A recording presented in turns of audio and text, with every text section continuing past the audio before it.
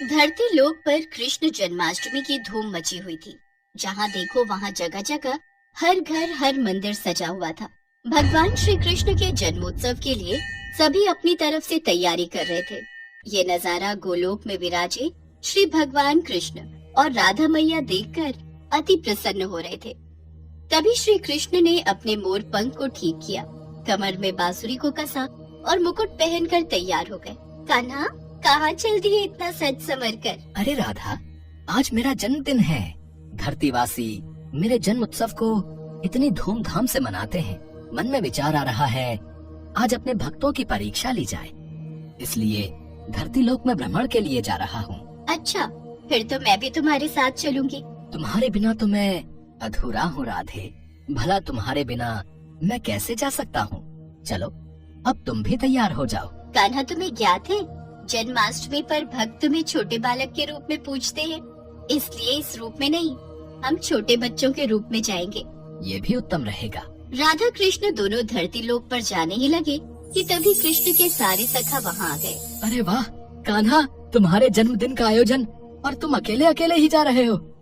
आज तो खीर पूरी पकवान मिलेंगे, हम भी तुम्हारे साथ चलेंगे। अब तो तुम सबको भी ले जाना ही पड़ेगा। ठीक है, चलो तुम सब भी मेरे जन्मोत्सव का आनंद लेने चलो। राधा कृष्ण और सभी सखा छोटे छोटे बच्चों के रूप में आ जाते हैं और धरती लोक में पहुँचते हैं। घूमते घूमते वे सब एक गांव में पहुँचते हैं। वहाँ पर सब जगह जन्माष्टमी की धूम थी। कन्हैया, मुझे तो बहुत जोरों की भूख लगी है, चलो न कहीं चलकर कुछ खाते हैं। हाँ, राधा बिल्कुल ठीक कह रही है। चलो ना कान्हा, सब मिलकर कहीं बढ़िया बढ़िया पकवान खाते हैं। मन तो मेरा भी हो रहा है। चलो, वो सामने उस घर में चलते हैं। वहाँ लग रहा है बढ़िया बढ़िया जन्माष्टमी की सजावट हो रही है। मेरे जन्मदिन की खुशियाँ मनाई जा रही हैं। चलो, सब चलते हैं। अरे अरे अरे, ये तुम सब कहाँ चले आ रहे हो? चलो हटो, बाहर जाओ। पता नहीं कहाँ कहाँ से आ जाते हैं। मैं भगवान कृष्ण के भोग की तैयारी कर रही हूँ। तुम लोग क्यों आए हो? हमें बहुत जोरों की भूख लगी है, कुछ खाने को दे दो। वाह, यहाँ तो पूरी, हलवा, सब्जी, खीर, यहाँ तो बहुत कुछ है। अरे क्या बात है सुशीला, आरती का समय हो रहा है, अंदर आओ। बाहर क्यों खड़ी हो? हाँ हाँ, आ रही हूँ। दरवाजा बंद कर दूँ? चलो बच्चों, यहाँ से जाओ। कान्हा, इन्होंने तो द्वार बंद कर लिया, अब हम क्या करें? हम सबको बहुत जोरों की भूख लग रही है। ये कैसी बात हुई? तुम्हारा ही जन्मदिन मना रहे हैं और तुम्हें ही कुछ खाने को नहीं दिया। अरे सुदामा, इन्हें थोड़ी पता है कि मैं वास्तव में कृष्ण हूँ। ये तो मुझे एक साधारण बालक समझ रहे हैं। कोई बात नहीं सुदामा, कोई तो होगा जो हमें इस रूप में भोजन देगा। चलो और कहीं देखते हैं। राधा कृष्ण और सभी बालक बालिकाएं कुछ और जगह पर भी गए, पर वहाँ भी आरती और पूजन चल रहा था। कहीं भी उन्हें खाने को कुछ नहीं मिला। वे चलते चलते थक गए। मानव शरीर धारण किया है तो इतनी भूख तो सहन करनी ही होगी। बस एक आखिरी द्वार और खटखटाते हैं। अगर यहाँ नहीं मिला तो हम वापस गोलोक चले जाएंगे। ठीक है कान्हा, चलो इस घर में ही चलते हैं। थोड़ी और खीर दे। तुझे जब पता था कि मंदिर में खीर का प्रसाद बट रहा है तो तू थोड़ा ज्यादा नहीं ला सकती थी? माँ जी, मंदिर में बहुत भीड़ थी, बड़ी मुश्किल से नंबर आया तो मैं बस ये थोड़ा बहुत ही प्रसाद ला पाई। अरे अम्मा, खा लो ना। वैसे भी खीर खाए कितना समय हो गया। मजदूरी करते करते हाथों में छाले पड़ गए हैं। हमारी तो ऐसी किस्मत ही नहीं कि हम रोजाना ऐसी खीर पकवान खा सके। हाँ हाँ बेटा, ये ले, तू और ले ले। थोड़ा प्रसाद बचा है, मैं खा लेती हूँ। माँ, हमें बहुत भूख लगी है, कुछ खाने को दे दो। ये लो, पहले ही थोड़ी बहुत खीर है, उसमें से भी ये बच्चे भी मांगने आ गए। कुछ नहीं है यहाँ, चलो जाओ यहाँ से। रुको माँ, मैं दरवाजा बंद करके आता हूँ। सुनिए, आज जन्माष्टमी का त्योहार है, भगवान कृष्ण का जन्मदिन। ये बच्चे उन्हीं के रूप में लगता है झांकी लेकर निकले हैं। हो सकता है इन्हें रास्ते में भूख लगाई हो। थोड़ी सी खीर है मेरे पास, इन्हें दे देती हूँ। ऐसे द्वार पर आए बच्चों को भूखा भेजना मुझे ठीक नहीं लग रहा। माँ ये लो, तुम मेरी खीर भी इसमें से ले लो, मुझे इतनी सारी नहीं खानी। माँ, मेरे में से भी ले लो। अगर तुम अपनी दे दोगी तो तुम क्या खाओगी? राधा, इन बच्चों में अपनी माँ के प्रति कितना प्रेम है, हमें इनके लिए कुछ करना चाहिए। हाँ कान्हा, देखो तो, इन्होंने अपनी सारी खीर हमें परोस दी। कैसे पागल हो तुम तीनों। बताओ, अपने हिस्से की खीर इन बच्चों में बांट रहे हो। इतनी मुश्किल से तो ये थोड़ा प्रसाद मिला था। अब तुम दोनों बच्चे कान खोलकर सुन लो, मैं अपनी खीर में से एक भी निवाला नहीं दूंगी। ये लो बच्चों, ज्यादा तो नहीं, थोड़ी थोड़ी खीर है, ये खा लो। बस इतनी सी खीर, इससे तो हमारा चींटी जैसा पेट भी नहीं भरेगा। एक काम करो, थोड़ी और खीर ले आओ। दादी, थोड़ी सी अपने में से दे दो ना, आज वैसे भी भगवान कृष्ण का जन्मदिन है, हमने भी तो नहीं खाई ना, हमने भी इनको दे दी। अब क्या करूं, तुम लोग इतना जोर दे रहे हो तो ये लो, थोड़ी सी मेरे में से भी दे दो।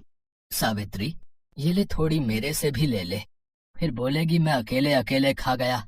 सावित्री के परिवार के लोगों की ऐसी सोच देखकर राधा कृष्ण मन ही मन बात करने लगे। कान्हा, यह तो बहुत थोड़ी खीर है, कुछ करो, इन सबको भी तो खीर खाने का मन है। अगर हम ये सारी खीर खा जाएंगे तो ये लोग क्या खाएंगे? चिंता मत करो राधे, इस परिवार के सदस्य भूखे नहीं रहेंगे। हमने यहाँ खीर खाई है और मेरे जन्मदिन के उत्सव पर ये खीर ना खाएं, ऐसा हो ही नहीं सकता। बताओ, इतने मन से मैं खीर खा रही थी, सारी इन बच्चों को दे रही है, क्या कर सकते हैं। दादी, खीर खाओगे? देख, मजाक उड़ा रहे हैं बच्चे, और दे खीर। अरे जब तुम्हें दे दी सारी खाने के लिए तो हम क्या खाएंगे, खाली बर्तन? दादी, आज कान्हा का जन्मदिन है, कान्हा को जब आप अपने हिस्से की खीर दे सकते हो तो कान्हा क्यों नहीं दे सकता? अभी रुको, मैं आपको ढेर सारी खीर देता हूँ, फिर आप भी खाओ और पड़ोसियों को भी खिलाओ। माँ जाओ, घर में जितने भी बर्तन हैं वो सब। बहू, अब छोटे बच्चे मजाक करने में बाज नहीं आएंगे। वैसे ही मुझे इन सब पर बहुत गुस्सा आ रहा है, सिर्फ तेरे कारण चुप हूँ, वरना मैं इन्हें कब का भगा देती। ये लो बच्चों, पता नहीं आज तुम सब क्या खेल खेल रहे हो। देखती जाओ माँ, आओ बच्चों तुम भी देखो। फिर क्या था, सावित्री बर्तन रखती जाती और कृष्ण जी उसमें खीर भरते जाते। देखते ही देखते सारे बर्तन खीर से भर गए। ये चमत्कार देखकर सब लोग दंग रह गए। बहू, हमारे भाग धन्य हो गए, ये तो साक्षात कान्हा पधारे हैं। हाँ हाँ, माखन चोर नंद किशोर हमारे द्वार आए हैं, खीर से हमारे पात्र भर दिए। हे कृष्ण मुरारी, अपना रूप दिखाओ, हे राधा मैया अपना रूप दिखाओ, हमें दर्शन दो। सबकी प्रार्थना सुनकर राधा कृष्ण अपने रूप में आते हैं। उनके साथ साथ सुदामा और सभी सखा भी अपने रूप में आ जाते हैं। इतना सुंदर दृश्य देखकर सावित्री और उसके परिवार में सबकी आंखों में आंसू आ जाते हैं। माँ, ये सत्य है कि जो भी भक्त भूखों को भोजन कराता है, प्यासे को पानी पिलाता है, खुद भूखा रहकर घर आए भूखे जरूरतमंद को अपने हिस्से का निवाला देता है, मैं उसकी सहायता अवश्य करता हूँ। हम तो धरती पर भक्तों की परीक्षा हेतु आए थे और यहाँ इतने प्रेम से खीर खाकर मन प्रसन्न हो गया। कान्हा, आज जन्माष्टमी का पावन अवसर है और इन सब ने हमारी बहुत सेवा की है, तो इन्हें उस सेवा का फल हमें जरूर प्रदान करना चाहिए। हाँ राधे, अवश्य हम इन्हें इनकी सेवा का फल जरूर देंगे। और फिर जहाँ जहाँ राधा कृष्ण ने हाथों को आशीर्वाद स्वरूप घुमाया, उस जगह धन के भंडार भर गए। सावित्री की छोटी सी टूटी फूटी झोपड़ी महल में बदल गई। उनके जीवन में सारे सुख वैभव आ गए, गरीबी और दरिद्रता दूर हो गई। सावित्री के परिवार में खुशियाँ देखकर राधा कृष्ण और सभी ग्वाल बालों के संग वापस गोलोक लौट गए। एक बार भगवान शंकर तपस्या से उठे तो माँ पार्वती उनके पास आई और बोली, स्वामी, आप सारा दिन पर्वत पर बैठे रहते हो और मैं सारा दिन घर का कामकाज करती हूँ, भूखी प्यासी बैठी रहती हूँ। आप कुछ नहीं कमाते हो, मैं क्या खाऊं, क्या बच्चों को खिलाऊं? आपने कभी इस ओर ध्यान भी दिया कि परिवार कैसे चलेगा? माँ पार्वती की बातें भगवान शंकर ध्यान से सुन रहे थे। आप मेरी एक बात मानोगे स्वामी? मैंने तुम्हारे साथ फेरे लेते हुए 7 वचन निभाने का वादा किया था, तुम कहो तो मैं तुम्हारी बात अवश्य मानूंगा। तो फिर ठीक है, एक काम करो, आप वृंदावन चले जाओ। एक आपका अपना नंदी बैल तो है ही, और एक बैल आपका वहाँ कन्हैया से मांग लेना। कन्हैया के खेत है, आप वहाँ पर खेती करना और जो फसल उगे उसे ले आना, कुछ तो काम चलेगा।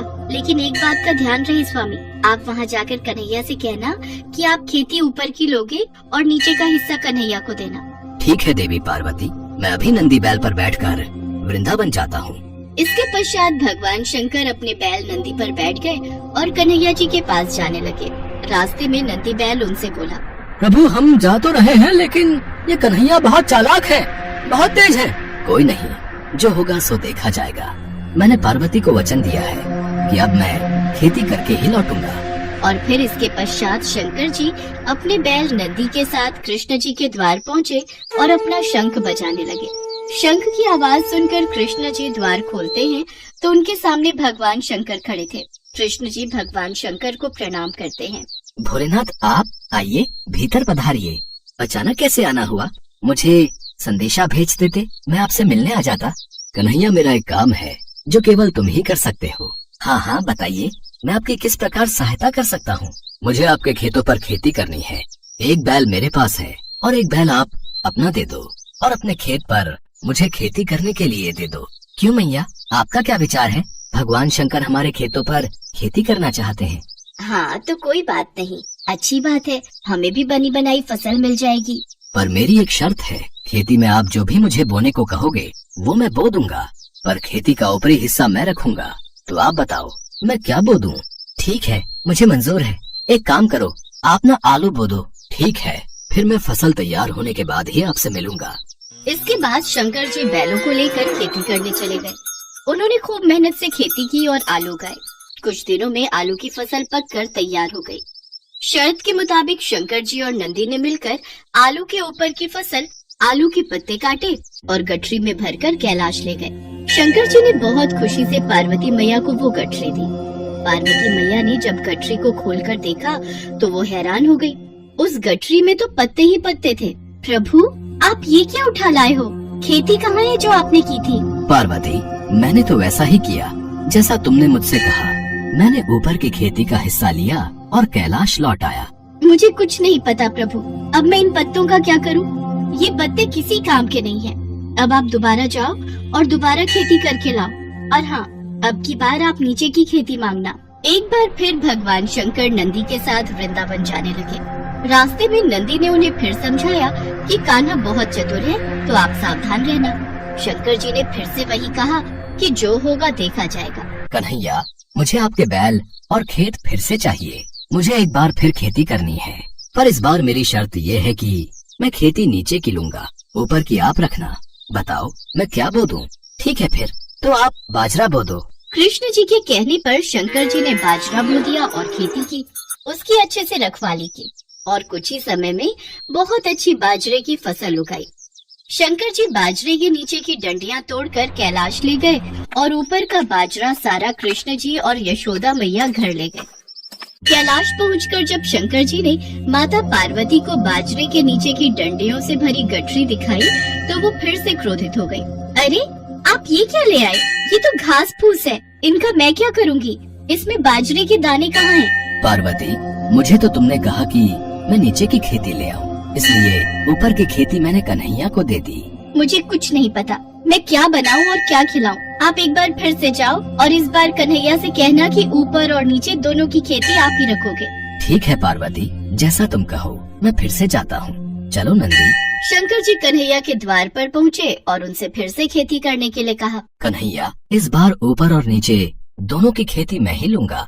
बताओ मुझे क्या बोना है? ठीक है, इसमें मुझे कोई आपत्ति नहीं है। आप इस बार मक्का बोलो। इस बार आप ऊपर और नीचे की खेती ले लेना और जो बचेगा वो मैं रख लूंगा। शंकर जी फिर से खेती करने लगे।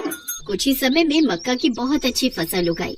कृष्ण जी यशोदा मैया के साथ मिलकर बीच का हिस्सा यानी कि मक्का तोड़कर घर ले गए और ऊपर और नीचे की फसल भगवान शंकर कैलाश पर्वत पर ले आए।